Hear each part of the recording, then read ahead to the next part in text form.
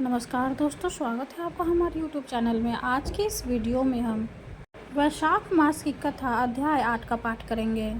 8वां अध्याय में हम दक्ष के यज्ञ, पार्वती के जन्म आदि के बारे में जानेंगे। तो आइए पाठ शुरू करते हैं।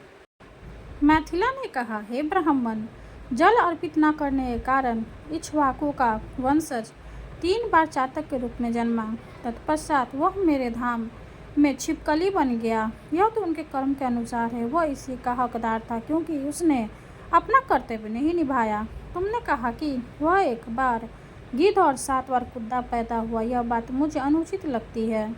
उसने ना तो अच्छे लोगों को चोट पहुंचाई और ना ही किसी को धिक्कारा। चूँकि उसने अच्छे लोगों की मदद नहीं ली, इसलिए उसे इसका लाभ नहीं मिला। वास्तव में उसका कीर्ति दूसरों को परेशान करने वाला नहीं था, क्योंकि उसने उन्हें नुकसान नहीं पहुंचाया था। फिर बिना किसी कारण के वह निम्न योनि में कैसे जन्मा? मैं आपका शिष्य और आपका प्रिय भी, मेरी आशंका दूर कीजिए। राजा के इस प्रकार पूछने पर महायशस्वी श्रुतदेव ने कहा, अच्छा, और ये शब्द कहे। श्रुतदेव ने कहा, हे निष्पाप राजन, जो कुछ तुमने पूछा है वह मैं तुम्हें बताता हूँ। यही बात शिव जी ने कैलाश के निर्मल शिखर पर पार्वती को बताई थी। इन सभी लोगों की रचना करने के बाद उन्होंने उनके पोषण के लिए 2 तरीके विकसित किए, अर्थात यही कि इस लोक से संबंधित और आमुंस के दूसरे लोक से संबंधित। दोनों प्रकार की जीविकाओं में 3 कारण हैं। यह कि इस संसार में जल द्वारा सेवा, पकवे भोजन द्वारा सेवा तथा औषधि द्वारा सेवा शामिल है। हे महाभाग्यवान, ये जो भी है वे इस संसार में जीविका के कारण है। इसी प्रकार हे राजन, श्रुति में 3 बातें कही गई है। सज्जनों की सेवा, भगवान विष्णु की सेवा और धर्म की सेवा। यदि ये पहले से ही प्राप्त हो जाए तो वे परलोक में सुख के कारण बनते हैं। जिस प्रकार घर में बना हुआ भोजन यात्रा के दौरान व्यक्ति के उद्देश्य की पूर्ति करता है, उसी प्रकार यही क्रिया कारण भी तत्काल अपना उद्देश्य पूरा करते हैं। किंतु हे राजन, यदि कोई वस्तु जो धर्मात्मा लोगों द्वारा वांछित हो किसी भी कारण से असफल हो जाए तो वह हानि और हानि पहुंचाती है, तो फिर क्या यह विशेष रूप से उल्लेख किया जाना चाहिए कि उन्हें क्या प्रिय है? यह स्पष्ट है कि इससे दुख होगा। इस संदर्भ में वे एक प्राचीन के सावधान के रूप में उदित करते हैं। यह पापों का नाश करने वाला है। यह अत्यंत अद्भुत है। यह सुनने वाले को विस्मय में डाल देता है। पूर्व काल में कुल पितामह दक्ष ने यज्ञ के लिए दीक्षा ली थी। वे शिव जी को आमंत्रित करने के लिए रजत पर्वत कैलाश पर गए। अपने दक्ष के कल्याण की इच्छा से शंभु उन्हें देखकर नहीं उठे। उन्होंने ऐसा सोचा, मैं सभी अमर लोगों का पिता हूँ, मैं सनातन हूँ और केवल वेदों के द्वारा ही पहुँचा जा सकता हूँ, और चंद्रमा सहित ये प्रमुख शूर मेरे सेवक है जो मुझे श्रद्धांजलि देते हैं। स्वामी को नौकर को देखकर नहीं उठना चाहिए, पति को अपनी पत्नी के लिए नहीं उठना चाहिए, गुरु को अपने शिष्य के लिए नहीं उठना चाहिए। यह शास्त्रों को जानकर लोगों का मत है। श्रुति ने भी यह भी कहा कि विवाह के माध्यम से गठबंधन वरिष्ठता का कोई कारण नहीं है। जिसका बल, ज्ञान, तप और शांति अधिक है वह दूसरों से बड़ा होगा। जो नीचे है वे सेवक होंगे। यदि स्वामी आदि बड़े लोग सेवकों और अन्य लोगों को देखकर स्नेह के कारण उठ खड़े होते हैं तो उन लोगों की आयु, धन, यश और संतान तुरंत नष्ट हो जाएगी। इसलिए मैं खड़ा नहीं होऊंगा क्योंकि मेरे ससुर मुझे बहुत प्रिय है। ऐसा सोचकर दक्ष के कल्याण की दृष्टि से भगवान अपने आसन से बिल्कुल भी नहीं हिले। यह देखकर कि मृद शिव अपने आसन से नहीं उठे, प्रजापति क्रोधित हो गए। पर्वत की पुत्री के स्वामी के सामने उसने उसे अनेक प्रकार से धिक्कारा। हाय यह अहंकार, हाय इस अशिक्षित दरिद्र का अहंकार। चमड़े के समान रह गया। एक बूढ़ा बैल की उसकी संपत्ति है, इसलिए वह खोपड़ी की हड्डी रखता है। वह विधर्मियों के लिए भी सुलभ है। उससे भाग्य कैसे शुभ प्रदान कर सकता है, क्योंकि उसे व्यर्थ ही गर्व है। इस संसार में ज्ञानी लोग पुण्य कर्मों को उनके प्रदर्शन से ही समझते हैं। यह बेचारा शीत से पीड़ित है, हाथी के पवित्र खाल पहनता है। इसका निवास स्थान शमशान है और इसका आभूषण लोग कहते हैं सर्प है। इसमें ना तो साहस है न ज्ञान। ये दोनों ही उस भेड़िए के समान से भाए गए थे। यह सदैव भूत प्रेतों, दुष्ट आत्माओं और अन्य दुष्ट प्राणियों के साथ घनिष्ठ और संगति में रहता है। इसके वंश के विषय में कुछ भी सुनने में नहीं आता। अच्छे लोग इसका सम्मान नहीं करते। पहले मुझे दुष्ट चित्त नारद ने गलत तरीके से इस पर विश्वास दिलाया था। उनके कहने पर मैंने अपनी पुत्री सती को इसे दे दिया था। वह भी एक अलग धर्म का पालन करने वाली बन गई है। इसे इसके घर में सुखपूर्वक रहने दो। चंडाल के हाथ में पहुंचे कुम्हार के बर्तन के समान ना तो यह व्यक्ति और न ही मृतपुत्र किसी प्रकार से स्वीकार्य है। इस प्रकार मुंहग्रस्त आत्मा वाले दक्ष ने उमा या शिव को आमंत्रित नहीं किया। कपितु ने अनेक प्रकार से डांटा और चुपचाप अपने घर चल दिए। तत्पश्चात वह भगवान की निंदा करता हुआ यज्ञ कक्ष में गया। वहाँ ऋतिकों और मुनियों के साथ उसने यज्ञ विधि से यज्ञ संपन्न किया। ब्रह्मा और विष्णु को छोड़कर सभी देवता वहाँ आ गए। सिद्ध, चारण, गंधर्व, यक्ष, राक्षस, किन्नर भी वहाँ आ गए। उस समय सुशील एवं गुणवती सती अपनी स्त्रियोचित चंचलता के कारण मोहित हो गई और उत्सव देखने तथा वहाँ एकत्र हुए स्वजनों से मिलने के लिए उत्सुक हो उठी। यद्यपि रुद्र ने उसे रोका था, यद्यपि वह अपने पिता द्वारा अपमानित हुई थी, फिर भी उसने एक स्त्री के चंचल स्वभाव के कारण जाने का निर्णय किया। शिवजी ने उसे इस प्रकार रोका, हे उत्तम वर्ण वाली देवी, वह सदैव भरी सभा में मेरी निंदा करता है। यह असनीय है। यह सुनकर यह सत्य है, तुम अपना शरीर त्याग दोगी। यद्यपि यह असनीय है, फिर भी मुझे भी इसे सहना होगा, क्योंकि मैं घर अपना पारिवारिक जीवन चलाना चाहती हूँ। हे भद्र महिला, तुम भी वैसा ही कर रही हो जैसा मैंने किया है, तथा तुम यज्ञशाला में मत जाओ। निश्चय ही तुम पर कोई शुभ प्रभाव नहीं पड़ेगा। इस प्रकार आग्रह करने पर भी देवी ने अपनी चंचलता नहीं छोड़ी। सती अकेली ही पैदल घर से निकली। उन्हें देखकर बैल ने चुपचाप देवी को अपनी पीठ पर उठा लिया। तब सती के पीछे करोड़ों भूतों के समूह चले। यज्ञ कक्ष में जाकर वह स्त्रियों के लिए बने हुए कक्षों में चली गई। सती को देखकर सब लोग चुप हो गए। मानसिक व्यस्तता से ग्रस्त होकर वह वहाँ से चल पड़ी। अपने पति के वचनों को याद करती हुई वह उत्तर वेदी पर गई। उसे देखकर उसके पिता तथा वहाँ उपस्थित लोग उसे आशीर्वाद दिए बिना चुपचाप खड़े रहे। वह रुद्र की आहुति के समय तक अपने पिता का यज्ञ देखती रही। जब उसके पिता रुद्र को नीचे उतारने लगे तब उसने आंसू भरी आंखों से कहा। देवी ने कहा, महान लोगों का अपमान करना और उनका उल्लंघन करना समानतः लोगों के कल्याण के लिए अनुकूल नहीं है। रुद्र लोगों के निर्माता है, वे लोगों के प्रशासक है, वे सभी के अपरिवर्तनीय स्वामी है। फिर भी ऐसा कहते हैं कि अब श्री रुद्र को नहीं दिया जाता। क्यों यहाँ आए हुए अन्य लोग आपके बुरे इरादों को क्यों नहीं उजागर करते? सज्जन लोग ऐसा व्यवहार नहीं करते। क्या भाग्य उनके प्रतिकूल है? ऐसा कहते हुए पूषण देव हंसने लगे। भृगु जी, जिनका पुण्य नष्ट हो चुका, अपनी मूंछ और दाढ़ी हिलाने लगे। अन्य लोगों ने अपनी भुजाएं, टांगें, जांघें और पार्श्व भाग सहलाए। उसके अभागे पिता ने उसकी अनेक प्रकार से निंदा की। यह सुनकर रुद्र की पत्नी मन ही मन बहुत क्रोधित हो गई। इसे सुनने के पश्चात प्रायश्चित करने के लिए सती ने वेदी के मध्य में स्थित यज्ञ की अग्नि में अपने शरीर की आहुति दे दी। जबकि सभी लोग खड़े होकर देख रहे थे, बहुत शोरगुल मच गया। प्रमथगण तुरंत दौड़े और उन्होंने देवों के देव को सारी बात बताई। यह सुनते ही रुद्र अचानक उठ खड़े हुए। वे संसार के संहारक काल के समान हो गए। उन्होंने अपने हाथ से अपनी जटा उखाड़ी और उसे जमीन पर पटक दिया। वहां से 1000 भुजाओं वाले विशाल शरीर वाले अत्यंत शक्तिशाली वीरभद्र उत्पन्न हुए। उन्होंने ब्रह्मांड के संहारक काल का तेज धारण कर लिया। तब उन्होंने श्रद्धापूर्वक हाथ जोड़कर हर से कहा, मुझे उस कार्य में लगाओ जिसके लिए मुझे बनाया गया है। ऐसा कहने पर क्रोधित जुटती शिव ने अपने सामने खड़े वीरभद्र से कहा, दक्ष को मार डालो, जिसने मेरी निंदा की है और जिसके कारण मेरी प्रिय पत्नी ने आत्महत्या कर ली है। भूत प्रेतों के समूह और महान बलवान प्रेत इस वीरभद्र के साथ चले जाएं। भगवान क्या क्या पाकर वे सब लोग यज्ञ सभा में गए और उन्होंने उन सभी महान वीर देवताओं, असुरों, मनुष्यों और नों पर प्रहार किया।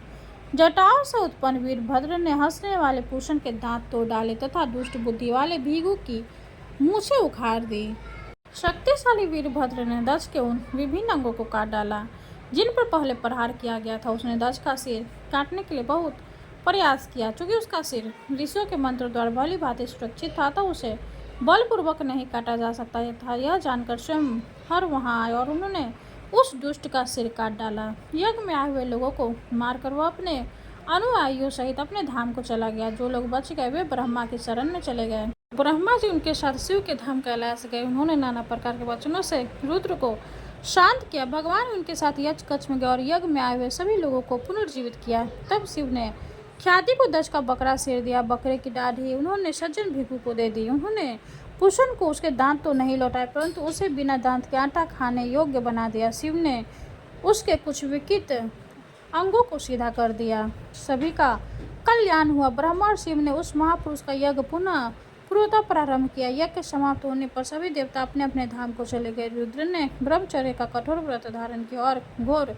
तपस्या की। रुद्र ने गंगा के तट पर पुनाग वृक्ष इनोफिलम की जड़ में घोर तपस्या की। दक्ष की पुत्री सती ने अपना शरीर त्याग दिया और पुनः मैना और हिमालय की पुत्री के रूप में जन्म लिया। वह उनके निवास में पली बढ़ी। इस समय तारक नाम का महान असुर ने घोर तपस्या करके ब्रह्मा परमेष्ठी को प्रसन्न किया। उसने वरदान लिया कि उसे देवता, असुर, मनुष्य और नागा सभी प्रकार के अस्त्र शस्त्र तथा सभी प्रकार के शक्तिशाली पक्षीपास्त्र नहीं मार सकते। रुद्र के पुत्र को छोड़कर दैत्य को कोई भी नहीं मार सकता था। ऐसा वरदान ब्रह्मा ने दिया जो लोगों के पितामह थे। उन्होंने कहा ऐसा ही हो, क्योंकि रुद्र के पास तब कोई पुत्र और कोई पत्नी भी नहीं थी। वरदान पाकर वह राक्षस अपने धाम में वापस चला गया और लोगों को परेशान करने लगा। उसके धाम में फर्श आदि साफ करने के लिए कई देवता उसके सेवक बन गए और देव स्त्रियां उसकी दासियां बन गई। तब देवताओं ने ब्रह्मा की शरण ली। उनके द्वारा वर्णित उनकी दुर्दशा सुनकर वेदों ब्रह्मा ने सुरों से यह कहा, हे सुरस, वरदान देते समय मैंने दुष्ट को यह वरदान दिया था कि रुद्र के पुत्र के अलावा कोई भी उसे नहीं मार सकेगा। पूर्व काल में रुद्र की पत्नी सती ने यज्ञ में अपना शरीर त्याग दिया था। उसका पुनर्जन्म हिमालय की पुत्री के रूप में हुआ। उसे पार्वती के नाम से जाना जाता है। रुद्र हिमालय की चोटी पर घोर तपस्या में लीन है। लोगों के स्वामी रुद्र को पार्वती के साथ मिला दो। फिर देवों के स्वामी देवेंद्र के धाम में के दंडक के प्रमुख देवों के साथ परामर्श किया, जो वहाँ अधिशन बृहस्पति के साथ एकत्रित हुए थे। अपने कार्य के लिए उन्होंने नारद और अस्मर का स्मरण किया। वे वहाँ और बल के शत्रु अर्थात इंद्र ने उनसे ये शब्द कहा, कृपया हिमवान के पास जाकर उन्हें अपने वचनों से समझाइए कि आपकी पुत्री पहले सती थी, जो दक्ष की पुत्री और हर की पत्नी थी। उनके वियोग में वह 10 कन्याओं के साथ अपने शिखर पर तपस्या कर रही है। मृत भी आपके शिखर पर तपस्या कर रहा है। उसके प्रियतमा को मृत की सेवा में लगा दीजिए। वह अवश्य ही उसकी पत्नी बनेगी, वही उसका पति होगा। इंद्र के ऐसा कहने पर नारद पर्वत के पास गए और देवेंद्र के कहे अनुसार सब कुछ किया। तत्पश्चात इंद्र ने कामदेव को बुलाकर उनसे यह कहा, देवों के कल्याण के लिए तथा मृदा के हित के लिए भी तुम वसंत के साथ रुद्र के तपस्वी उपवन में जाओ। वसंत के वे लक्षण प्रकट करो जिनसे हृदय में प्रेम की तरंगें उठती है। जब देवी पार्वती मृदा के निकट हो तो अपने बाण छोड़ो और महाप्रभु को अपनी ओर आकर्षित करो। जब उनका मिलन हो जाए तो हमारा कार्य तुरंत पूरा हो जाए। ऐसा आदेश पाकर स्मरण ने कहा, ऐसा ही होगा, और तुरंत चल पड़ा। वह रति वसंत और अपने समस्त अनुचरों के साथ उस वन में चला गया। अपनी शक्ति के बल पर उन्होंने उस सुंदर वन में मंद मंद हवा के द्वारा असमय बसंत ऋतु का सृजन किया। एक बार देवों के देव पार्वती की सेवा से प्रसन्न हुए। उन्होंने उसे अपनी गोद में ले लिया और उसने कुछ बातें करने लगे। स्मरण के तय किया कि अब भगवान के अपनी प्रिय पत्नी के साथ मिलन का समय आ गया। उन्होंने अपना सुंदर और कोमल धनुष उठाया और हारा के पीछे खड़े हो गए। एक पेड़ को अपनी आड़ बनाकर खुद को छिपाने के लिए उन्होंने एक बाण छोड़ा। उन्होंने एक दूसरा बाण भी लगाया और उसे छोड़ने के लिए खुद को तैयार किया। व्यवस्थित होकर मित्र ने सोचा, मेरा मन इस प्रकार विचलित नहीं होगा, इसे किससे दूषित कर दिया है। इस प्रकार चिंतित होकर उसने मुड़कर देखा कि कामदेव उसके पास कर रहे हैं। उसने क्रोध में आकर अपने माथे की आंख खोली और देवी को अपनी गोद से दूर कर दिया। उसकी आंख से एक प्रचंड अग्नि निकली, जिससे सारे लोग भयभीत हो गए। इससे मनमत अपने धनुष सहित तुरंत जल गया। अपने कार्य की पूर्ति देखकर तथा स्वयं को दंडित होने की आशंका से देवता वसंत और रति स्वर्ग की ओर भाग गए। इंद्र ने रुद्र को प्रसन्न करने तथा साथ ही अपने हित के लिए कुछ करने की इच्छा की तथा उसे दुर्भाग्यपूर्ण परिणाम प्राप्त हुआ। जो व्यक्ति अत्यंत अप्रिय कार्य करता है उसके लिए तो और भी बुरा परिणाम अपेक्षित है। अतः इक्ष्वाकु के वंशज मंद बुद्धि और सदैव साधु पुरुषों के प्रति प्रतिकूल व्यवहार करते थे। न अच्छे लोगों की सेवा का अनुष्ठान नहीं किया जो उनके स्वयं के कल्याण के लिए अनुकूल होता। उसने बहुत दुख भोगा और फिर वह निम्न योनि में जन्मा। इसलिए मनुष्य को अच्छे लोगों की सेवा करनी चाहिए, जिससे सभी उद्देश्य पूरे होते हैं। चूंकि उसने रुद्र को अप्रसन्न करने वाला कुछ किया था, इसलिए स्मरण को अपने अगले जन्म में बहुत दुख का अनुभव हुआ। यद्यपि वह एक महान राजा था। जो मनुष्य दिन रात इस पुण्य कथा का श्रवण करते हैं वे निसंदेह जन्म मृत्यु विद्यावस्था आदि से मुक्त हो जाते हैं। 8वां अध्याय संपूर्ण हुआ। विष्णु भगवान की जय हो। अब हम विष्णु भगवान की आरती करेंगे। ओम जय जगदीश हरे, स्वामी जय जगदीश हरे, भक्ति जनों के संकट क्षण में दूर करे। ओम जय जगदीश हरे। जो ध्यावे फल पावे, दुख बिन से मन का। सुख शांति घर आवे, सुख शांति घर आवे, कष्ट मिटे तन का। ओम जय जगदीश हरे। माते पिता तुम मेरे, शरण गहूँ मैं किसकी। स्वामी शरण गहूँ मैं किसकी। तुम्हें बिने और न दूजा, तुम्हें बिने और न दूजा, आस करूं जिसकी। ओम जय जगदीश हरे। तुम पूरन परमात्मा, तुम अंतर्यामी। स्वामी तुम अंतर्यामी। पारे ब्रह्म परमेश्वर, पारे ब्रह्म परमेश्वर, तुम सबके स्वामी। ओम जय जगदीश हरे। तुम करुणा के सागर, तुम पालन करता। स्वामी तुम पालन करता। मैं मूरख खल कामी, मैं मूरख खल कामी, कृपा करो भरता। ओम जय जगदीश हरे। तुम हो एक अगोचर, सबके प्राणपति। स्वामी सबके प्राणपति। किस विधि मिलूं दया में, किस विधि मिलूं दया में, तुमको मैं कुमति। ओम जय जगदीश हरे। दिन बंधो दुख हरता, तुम ठाकुर मेरे। स्वामी तुम ठाकुर मेरे। अपने हाथ उठाओ, अपने हाथ उठाओ, द्वार पर तेरे। ओम जय जगदीश हरे। विषय विकार मिटाओ, पाप हरो देवा। स्वामी पाप हरो देवा। श्रद्धा भक्ति बढ़ाओ, श्रद्धा भक्ति बढ़ाओ, संतन की सेवा। ओम जय जगदीश हरे। तन मन धन और संपत्ति सब कुछ है तेरा। स्वामी सब कुछ है तेरा। तेरा तुझको अर्पण, तेरा तुझको अर्पण, क्या लागे मेरा। ओम जय जगदीश हरे। जगदीश्वर जी की आरती जो कोई नर गावे। स्वामी जो कोई नर गावे। कहते शिवानंद स्वामी, भजते शिवानंद स्वामी, मन वांछित फल पावे। ओम जय जगदीश हरे। विष्णु भगवान की जय हो। वीडियो अगर अच्छी लगे तो लाइक कर दे, चैनल को सब्सक्राइब कर दे। धन्यवाद।